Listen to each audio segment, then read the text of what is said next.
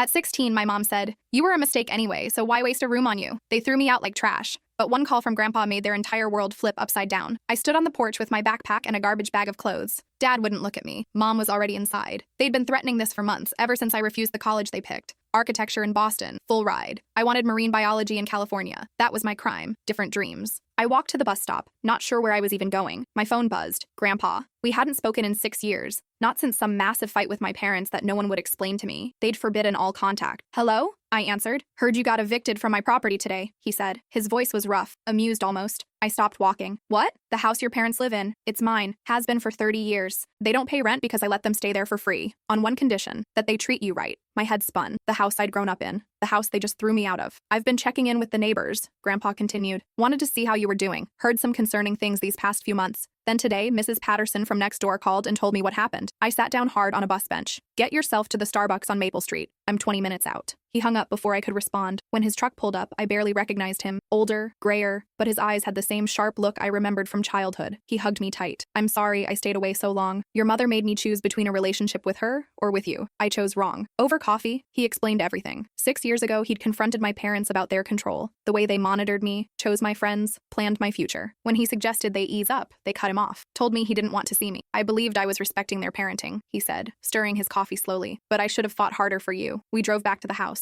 My house. Grandpa's house. My parents' car was in the driveway. He told me to wait in the truck. I watched through the window as he knocked. Dad answered. Even from the truck, I could see the color drain from his face. They talked for maybe 3 minutes. Dad kept shaking his head, gesturing wildly. Grandpa remained perfectly still. Then Grandpa pulled out his phone and made a call. He spoke for less than a minute, hung up, and said something else to my dad. Dad's knees actually buckled. He grabbed the doorframe for support. Mom appeared behind him. I couldn't hear what was being said, but I watched her face transform from anger to shock to something like terror. Grandpa walked back to the truck. "You're coming to live with me in Colorado. They have 60 days to vacate the property. I'm selling it." "Wait, what did you tell them?" He smiled. It wasn't a kind smile. "I told them about the trust fund." "What trust fund?" "The one your grandmother set up for you when you were born. $1.2 million.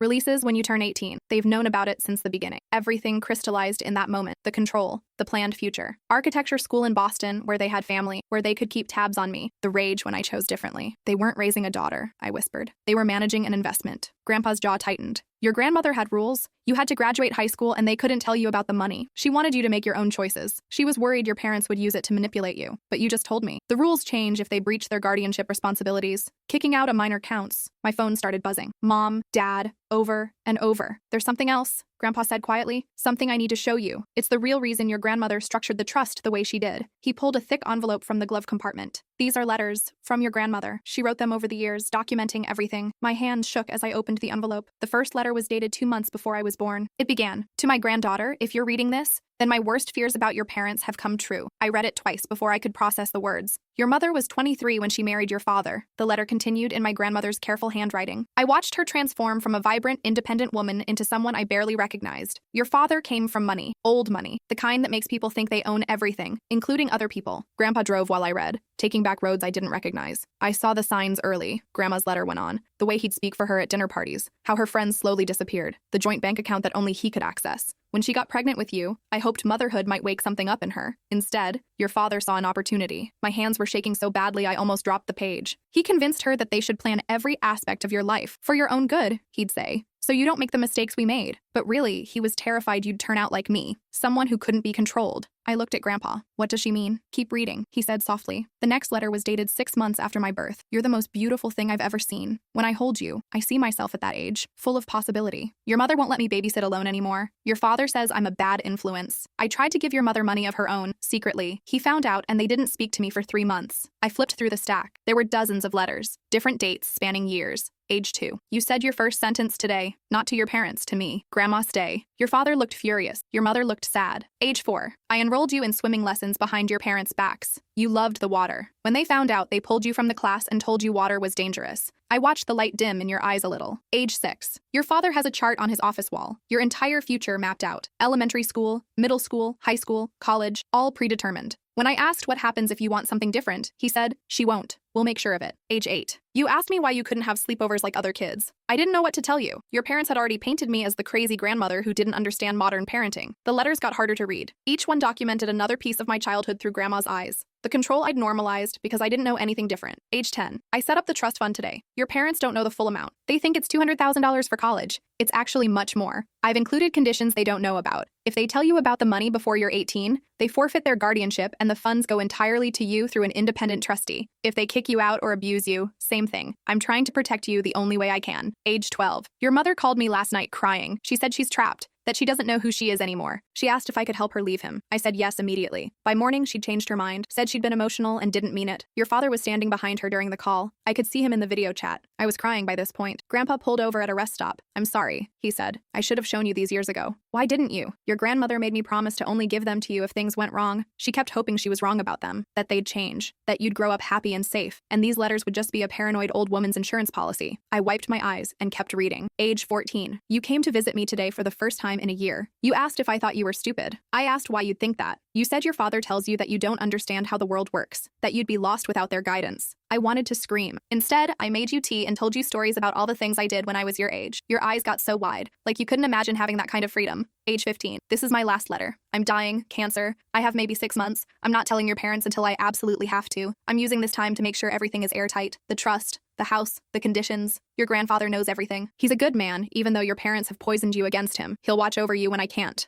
The final letter was addressed directly to me. My darling girl, if you're reading this, then I'm gone, and something has happened that forced your grandfather to intervene. I'm sorry I couldn't be there to protect you myself, but know this, you are not the problem. You never were. Every choice they made was about control, not love. Real love wants you to fly, even if it means flying away from them. The money is yours, not for them to manage or control. Use it to build the life you want. Go to California. Study those fish you used to draw all over my kitchen table. Travel. Make mistakes. Fall in love with the wrong person and learn from it. Do all the things I did and all the things your mother never got to do. Your grandfather has more information about your options. Trust him. He loved me, and he loves you. Sometimes the family we're born into isn't the family we need. Sometimes we have to build our own. You're going to be magnificent. I know it. The letter was signed with her name and a small drawing of a fish. I sat in that truck for probably 20 minutes just holding the letters. Grandpa didn't rush me. He handed me a bottle of water and waited. Finally, I asked, what happened to her? She died 2 months before you turned 11. Your parents told you she was sick and didn't want visitors. That was a lie. She asked for you every day. They wouldn't let you see her. Something broke inside me then. Not a clean break, but a splintering. The kind that spreads and spreads until everything shatters. I wanted to see her, I whispered. I begged them. They said she needed rest.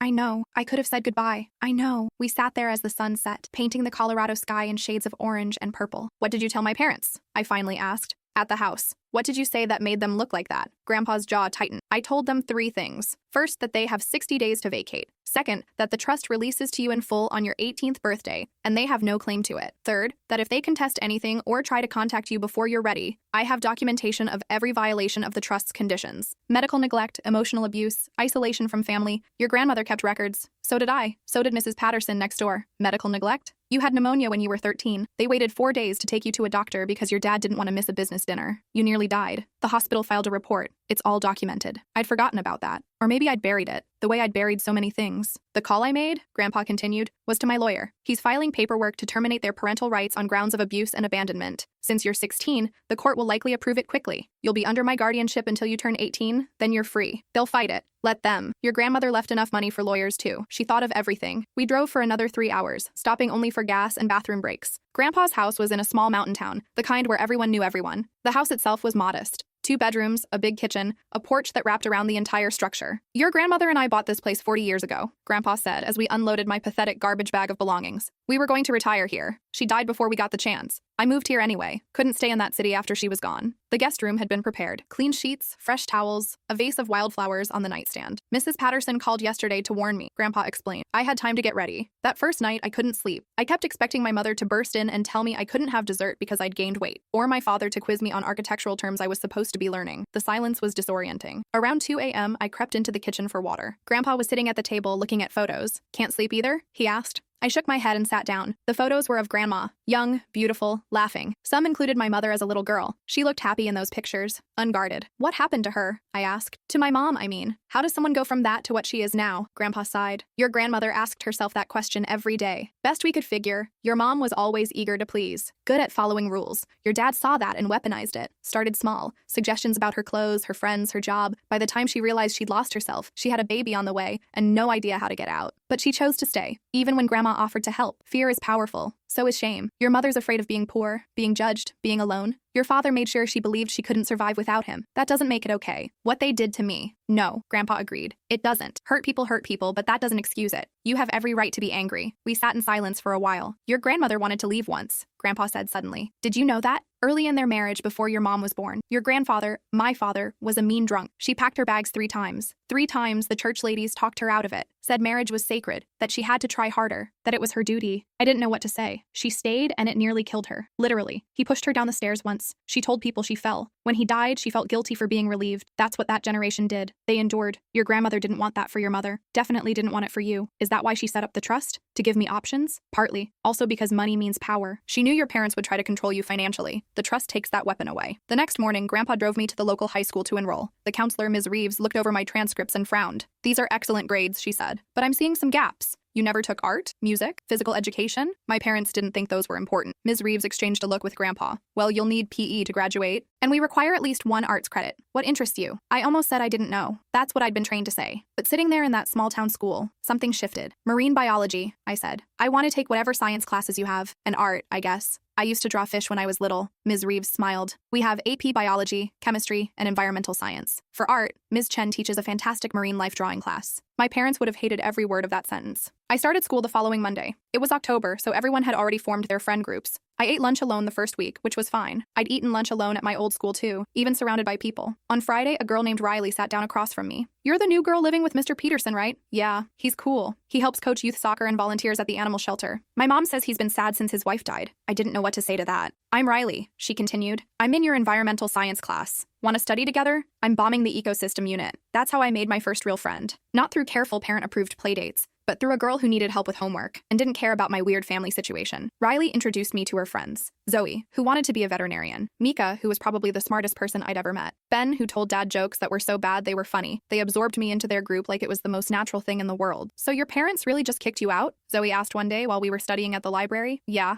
that's messed up. Very messed up, Mika agreed. And that was it. No pity, no judgment, just acknowledgement that it was messed up and we could move on. Meanwhile, my parents were calling constantly. I blocked their numbers. They created new ones. They sent emails, long ones, explaining how I'd misunderstood everything, how they'd only ever wanted what was best for me, how they were willing to forgive me if I came home and apologized. Grandpa got legal letters from their attorney, claims that he'd kidnapped me, poisoned me against them, was after the trust fund money for himself. They're desperate, Grandpa's lawyer explained during a video call. None of these claims will hold up. You're 16, you weren't kidnapped, you chose to leave. The trust is ironclad, but they're going to make noise. How much noise? I asked. Depends on how much they're willing to spend on lawyers. Could be a few months of back and forth, could be longer, but you're safe here. That's what matters. The court date was set for December. I'd have to testify about why I left, why I wanted to stay with Grandpa. The thought made me nauseous. Ms. Chen, the art teacher, noticed me stressing about it during class. Want to talk about it? She asked. I ended up telling her everything. The control, the money, the house, the letters. She listened without interrupting. My parents were immigrants, she said when I finished. They sacrificed everything so I could have opportunities they never had. But they also tried to plan my whole life. Doctor, lawyer, engineer, pick one. I wanted to be an artist. What happened? I became an artist. They didn't talk to me for 2 years, but eventually they came around, saw that I was happy and successful. Not all parents do though. Some double down. Mine are doubling down. Then you have to decide what you're willing to sacrifice for your freedom. It's not fair that you have to make that choice. But here we are. November brought snow. Lots of it. I'd never seen real snow before. Riley and her friends taught me to build snowmen, have snowball fights, make snow angels. Grandpa taught me to drive his truck on icy roads. This is important, he said. Mountain winters are serious. You need to know how to handle yourself. I also started therapy. Dr. Walsh specialized in family trauma and came highly recommended. Tell me about your childhood, she said during our first session. I don't know where to start. Start anywhere. I told her about the monitoring, the planned future, the isolation, the friends I was never allowed to have, the activities that were deemed unsuitable, the constant testing and quizzing, the way love always felt conditional. Did they ever hit you? She asked. No, they didn't have to. They had other ways. Like what? Silent treatment, sometimes for days, disappointed looks, lectures about how I was throwing away my potential, comparisons to other kids who were more obedient, the threat of taking away college money, which I guess was really my money all along. Dr. Walsh wrote something down. You know that's abuse, right? What you're describing is emotional and psychological abuse. I'd known it in abstract. Hearing her say it directly was different. They'd say they were protecting me. Abusers usually justify their behavior. Protection, love, discipline. The words change, but the damage is the same. Over the following weeks, I learned terms I'd never heard before. Enmeshment, parentification, financial abuse, narcissistic parenting. Each session, Dr. Walsh helped me see patterns I'd missed.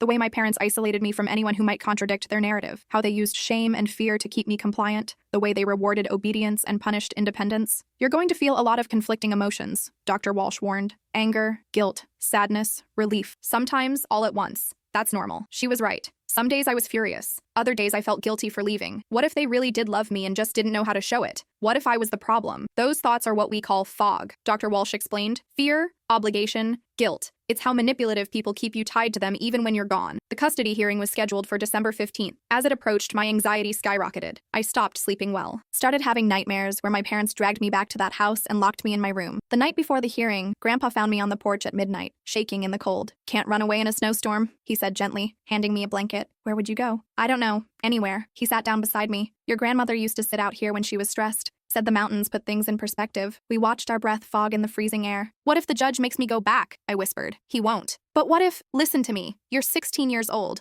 enough that courts take your preferences seriously. You have documented evidence of abuse. You have a stable home here. Your parents have nothing except lawyers and lies. You're not going back. How can you be sure? Because I've already lost too much. I'm not losing you too. The courthouse was 2 hours away. We drove through fresh snow, mostly in silence. Grandpa's lawyer met us in the parking lot. They're inside, she said, with their attorney. Just ignore them. Don't engage. Let me do the talking. Walking into that building felt like walking into a nightmare. My parents sat on a bench with a man in an expensive suit. Mom looked perfect. Hair done, makeup flawless, designer clothes. Dad wore his power suit, the one he wore to close big deals. Mom started crying when she saw me. Baby, please. We can fix this. Just come home. I kept walking. We love you, Dad called after me. Everything we've done has been for you. Grandpa's hand on my shoulder kept me moving forward. The hearing wasn't how I'd imagined. No jury, no dramatic testimony, just a judge, lawyers, and family services. They'd reviewed all the documentation beforehand, the letters, the medical records, the trust documents, statements from neighbors, and my new school. My parents' lawyer argued that I'd been manipulated by Grandpa, that I was too young to understand what I was giving up, that my parents had always provided everything I needed. Material provision isn't the same as proper care, our lawyer countered. She presented the medical report from my pneumonia, the school records showing I'd never been allowed in extracurriculars, testimony from Mrs. Patterson about the day they threw me out, screenshots of the texts and emails where they'd called me names, threatened me, tried to manipulate me into returning. Then I had to speak. The judge asked me directly, "Why do you want to live with your grandfather?" I'd practiced this answer with Dr. Walsh, but sitting there, with my parents staring at me, everything I'd prepared evaporated. Because he's never tried to control who I am, I finally said. He lets me make choices. Small ones, like what I eat for breakfast. Big ones, like what I want to study. My parents made me feel like I was failing even when I got perfect grades. Grandpa makes me feel like I'm enough just as I am. What about your parents' claim that they were preparing you for success? Success that only counted if it looked exactly like what they'd planned.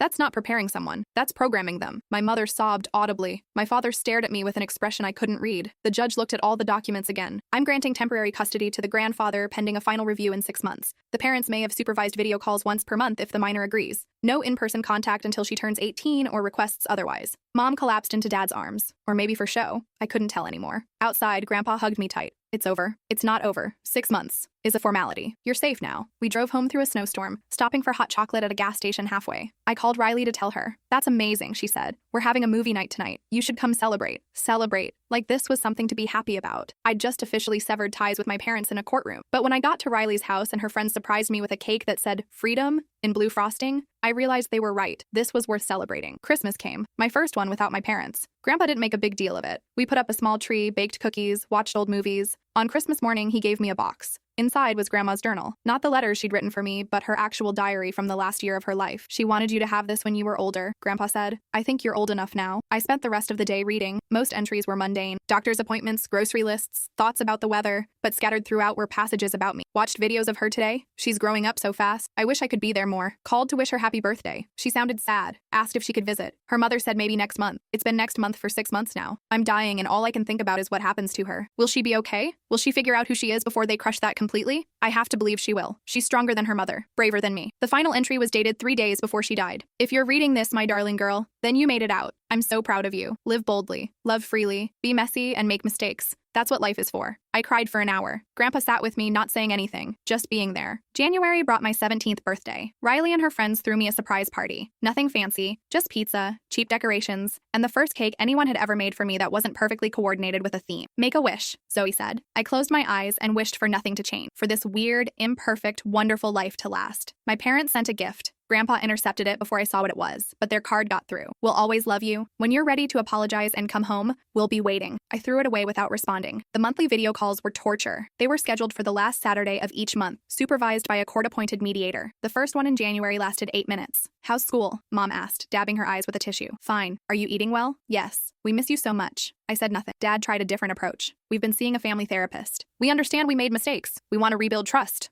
Okay. Will you consider coming home when you turn 18? No. The mediator ended the call after that. She told Grandpa privately that my parents seemed more interested in performing grief than actual communication. February marked the beginning of college application season. Ms. Reeves called me into her office. Have you thought about where you want to apply? I pulled out my list. All in California. Schools with strong marine biology programs. Your grades are excellent, she said, reviewing my transcript. These are reach schools, but you have a real shot. How are you planning to pay? I have a trust fund. It releases when I turn 18. Then we need to talk to financial aid offices about how that affects your eligibility. Having assets can complicate things. It took 3 weeks to sort out. The trust was structured in a way that wouldn't count against me for financial aid until I actually accessed it. Grandma had thought of that too. I spent March writing essays. Riley proofread them. Mika helped with grammar. Zoe kept me supplied with snacks. For the first time in my life, I was writing about my actual experiences, my real thoughts, not what someone else wanted me to say. My personal statement started. I learned about control from the people who were supposed to teach me about love. Dr. Walsh helped me work through the darker parts. You're allowed to be honest about what happened. That's not betraying them. That's honoring yourself. April brought acceptance letters. 4 of my top choices said yes. 1 offered a full scholarship plus a stipend for research. I called Grandpa from school to tell him. He actually cried. She'd be so proud of you, he said. I wish she could have seen this. She can. Wherever she is, she knows. The final custody hearing was in May, right after my 17th birthday. Just a formality, like Grandpa said. The judge reviewed my progress reports, talked to my therapist,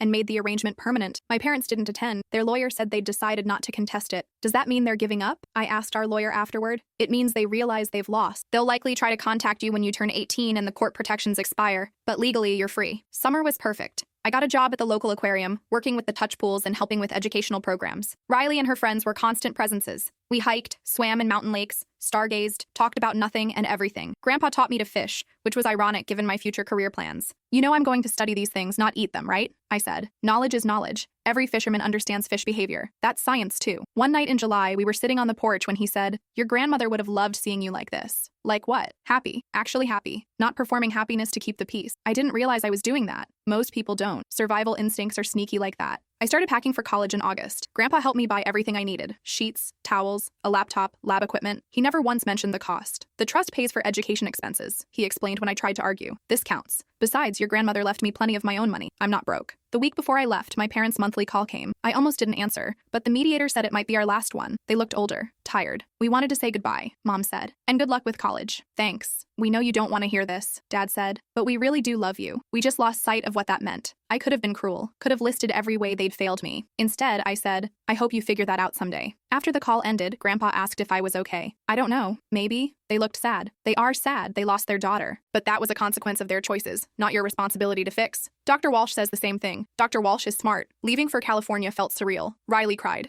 Zoe made me promise to video chat every week. Mika gave me a first aid kit. Because you're going to be around water all the time and I worry. Grandpa drove me to the airport. We were both crying before we even left his driveway. I'm going to miss you, I said. I'm going to miss you too. But you need to do this. Live your life, the one you choose. What if I fail? Then you fail and you learn and you try again. That's how life works. At the security checkpoint, he hugged me one more time. Your grandmother would have loved this moment. You, stepping into your future on your own terms. That's all she ever wanted. College was terrifying and wonderful. My roommate Hannah was studying engineering and had no patience for drama. We got along immediately. My classes were hard, really hard. I'd coasted through high school, but college marine biology required serious work. I studied constantly, joined study groups, got to know my professors. I also joined the Marine Conservation Club, tried surfing, ate food my parents would have never approved of, stayed up too late talking about philosophy and science and dreams. For my 18th birthday, the trust fund officially released. Grandpa helped me set up meetings with financial advisors. We created a budget, invested most of it, kept enough liquid for college and emergencies. This is your safety net, he explained. Not just financial, but psychological. You never have to depend on anyone who treats you badly. You always have options. My parents sent a card. Just signatures, no message. I filed it away and didn't respond. Thanksgiving, I flew back to Colorado. Grandpa picked me up at the airport wearing a ridiculous turkey hat Riley's mom had apparently given him. Really? I said. Holiday spirit, he replied seriously. Riley and her friends came for dinner. We ate too much, laughed until we cried, played games that got way too competitive. This is family, Grandpa said quietly while we were cleaning up. Not blood, not obligation, just people who choose to show up for each other. I know. Do you, though? Because you're allowed to build whatever family you want now. You don't owe your parents anything. I'm still figuring that out. Take your time. You've got plenty of it. Christmas break, I stayed in Colorado the whole time, helped Grandpa decorate, baked Grandma's cookie recipes, volunteered at the animal shelter where he worked. On Christmas Eve, we drove to the cemetery. I'd never visited Grandma's grave. My parents hadn't let me attend the funeral, claiming it would be too traumatic. The headstone was simple. Her name, her dates, and an inscription. She lived bravely. I told her everything. About college, my friends. The life I was building. About the trust fund and the letters, and how she'd saved me without even being there. Thank you, I whispered, for everything. Grandpa put his arm around my shoulders. She can hear you. Spring semester, I got an internship with a marine research facility. The work was intense. Long hours, difficult conditions, constant learning. I loved every second of it. My parents tried to add me on social media. I declined. They sent emails through a new address I didn't recognize. I blocked them. They had their lawyer reach out. I had our lawyer respond that any further contact would be considered harassment. They're not going to stop, our lawyer warned. Not completely. You might have to deal with this for years. I know, but they don't get to control this narrative anymore. I do. Summer after freshman year, I got a research position in the Galapagos. 6 weeks studying marine iguanas and documenting climate change impacts. Grandpa helped me pack. Your grandmother would have been so jealous. She always wanted to see the Galapagos. I'll take pictures for her. She'd like that. The work was everything I dreamed of. Hard, dirty, exhausting, and absolutely magical. I swam with sea lions, observed hammerhead sharks, cataloged species I'd only read about in textbooks. My team leader, Dr. Okafor, pulled me aside one day. You have real talent for this. Have you considered graduate school? I'm only 19. So, start thinking about it now. Research labs want people who are passionate and dedicated. You're both. When I got back to Colorado before fall semester started, Grandpa had framed some of Grandma's fish drawings, the ones from her journals. I thought you might want these for your dorm room, he said. I hung them above my desk when I got back to school. Reminders of where I'd come from and who'd made it possible. Sophomore year, I declared my concentration in conservation biology, started working in a research lab, published my first paper as a junior author, made Dean's List both semesters. I also started dating. Nothing serious, just learning what I liked and didn't like, what healthy relationships looked like, how to communicate and set boundaries. Dr. Walsh and I still had video sessions monthly. You're doing the work, she said during one call. Healing isn't linear, but you're making real progress. It still hurts sometimes, thinking about them, about what we could have had. That's grief. You're allowed to grieve the parents you deserved but didn't get. That's different from wanting the parents you actually had back in your life. I don't want them back. I know, but you can miss the idea of them, the possibility of them. Junior year, my parents showed up at campus unannounced. Someone must have told them where I went to school. Campus security called me while I was in lab. There are 2 people here asking for you. They say they're your parents. My hands started shaking. Don't let them near my dorm. I have a restraining order. I didn't, actually, but the lie came naturally. Understood. We'll escort them off campus. I called Grandpa immediately. He got our lawyer involved. She sent a formal cease and desist. No contact, no campus visits, no showing up at my workplace or school events. Will it stop them? I asked. Maybe, maybe not. But it creates a paper trail if they escalate. They didn't escalate. They just stopped. No more emails, no more attempts at contact. Just silence. Part of me was relieved. Part of me was sad. Even after everything, some small piece of me had hoped they'd change, that they'd realize what they'd lost and become different people. They might change someday, Dr. Walsh said. People do, but you can't wait around hoping for it. You have to live your life. So I did. Senior year, I applied to graduate programs, got accepted to 3 top schools, chose the one with the best advisor and funding package. I also reconnected with some extended family, cousins I'd barely known because my parents had isolated us from everyone. They'd heard through the grapevine about what happened. We always thought your parents were weird, my cousin Natalie said during our first video call, but we didn't realize it was that bad. No one did. They were good at hiding it. Are you okay now? Yeah, I really am. Graduation day, Grandpa flew out to California. So did Riley, who was studying veterinary medicine in Oregon. So did Dr. Walsh, which surprised me. I don't usually attend my clients' graduations, she admitted, but you've worked so hard. I wanted to see this. My parents weren't there. I didn't expect them to be, didn't want them there, but I noticed their absence anyway. At dinner afterward, Grandpa raised his glass. To your grandmother, who made all of this possible. And to you, for having the courage to choose yourself. To Grandma, we all echoed. That night, back in my apartment, I wrote a letter I'd never send. To my parents. Telling them everything I'd never been able to say, about the fear and control and manipulation, about the childhood I'd lost and the person I'd had to become despite them, but also about forgiveness. Not for them, but for me. About letting go of the anger that was weighing me down. About accepting that they'd probably never acknowledge what they'd done, never apologize, never change. I burned the letter and scattered the ashes in the ocean. Graduate school was brutal. Qualifying exams, research proposals, fieldwork, teaching responsibilities. I barely had time to breathe. But I also had a community, lab mates who became friends, an advisor who believed in my work, Grandpa's weekly phone calls keeping me grounded. 3 years into my PhD program, Grandpa had a heart attack. Minor, the doctor said. Nothing permanent, but it scared us both. You're not immortal, I said when I flew out to see him. Never claimed to be, but I'm not going anywhere yet. I have to see you finish this degree first. That's at least 2 more years. Then I guess I'm sticking around for 2 more years. He did stick around. Long enough to see me defend my dissertation. Long enough to attend the celebration dinner. Long enough to tell me one more time how proud Grandma would have been. 6 months later, he died in his sleep. Peaceful, the coroner said. His heart just gave out. I was devastated. Riley flew out immediately. So did Hannah, my old roommate. So did Dr. Okafor, my former research advisor. He lived to see you succeed, Riley said. That mattered to him. The funeral was small. Grandpa's friends from town, some distant relatives, my chosen family. We told stories, cried, laughed at the ridiculous turkey hat story. Mrs. Patterson from my old neighborhood showed up. I barely recognized her. Your grandfather called me every month, she said. Wanted updates on your parents. He never stopped watching out for you even from far away. What about my parents? How are they? They divorced last year. Your father moved to Arizona. Your mother's still in town, working as a receptionist somewhere. They lost everything when your grandfather sold the house. Last I heard, they were both pretty bitter about how things turned out. I felt nothing. No satisfaction, no sadness. Just a distant acknowledgement that their choices had consequences. Grandpa left me everything. The house, his savings, some investments. A letter that began, I hope I stuck around long enough to see you fly. But if I didn't, know that I always believed you would. I took a semester off to settle his affairs. Decided to keep the Colorado house as a home base. Rented it out to a young family when I wasn't there. On what would have been Grandpa's 75th birthday, I scattered his ashes in the mountains with Grandma's. Together again, finally. You saved me, I told them both. You gave me permission to choose myself. I hope I made you proud. A year later, I got my first tenure-track position at a university in Washington State. Good research funding, great colleagues, access to incredible field sites. I also started speaking publicly about family estrangement. Not extensively, just when asked. Telling my story so others might recognize theirs. The responses were overwhelming. Hundreds of messages from people who'd experienced similar control, similar manipulation, who felt alone and guilty and broken. You're not broken, I told them. You're in the process of putting yourself back together. That takes time. On my 30th birthday, I received a Facebook message from my mother. Just 3 sentences. I'm sorry for everything. I understand if you don't want to respond. I hope you're happy. I stared at it for a long time. Showed it to my therapist, my friends, even posted about it anonymously on a support forum. What do you want to do? My therapist asked. I don't know. Part of me wants to respond. Part of me knows it won't change anything. Both those things can be true. I never responded. Maybe that makes me cruel. Maybe it makes me self-protective. Maybe it makes me human. I kept living my life, published papers, mentored students, fell in love with someone who understood boundaries and respect, got married on a beach with Riley as my maid of honor and Hannah officiating. My parents weren't there, but their absence didn't hurt like it once would have. To family, my spouse said during the reception toast, the one we're born into and the one we choose. To family, everyone echoed.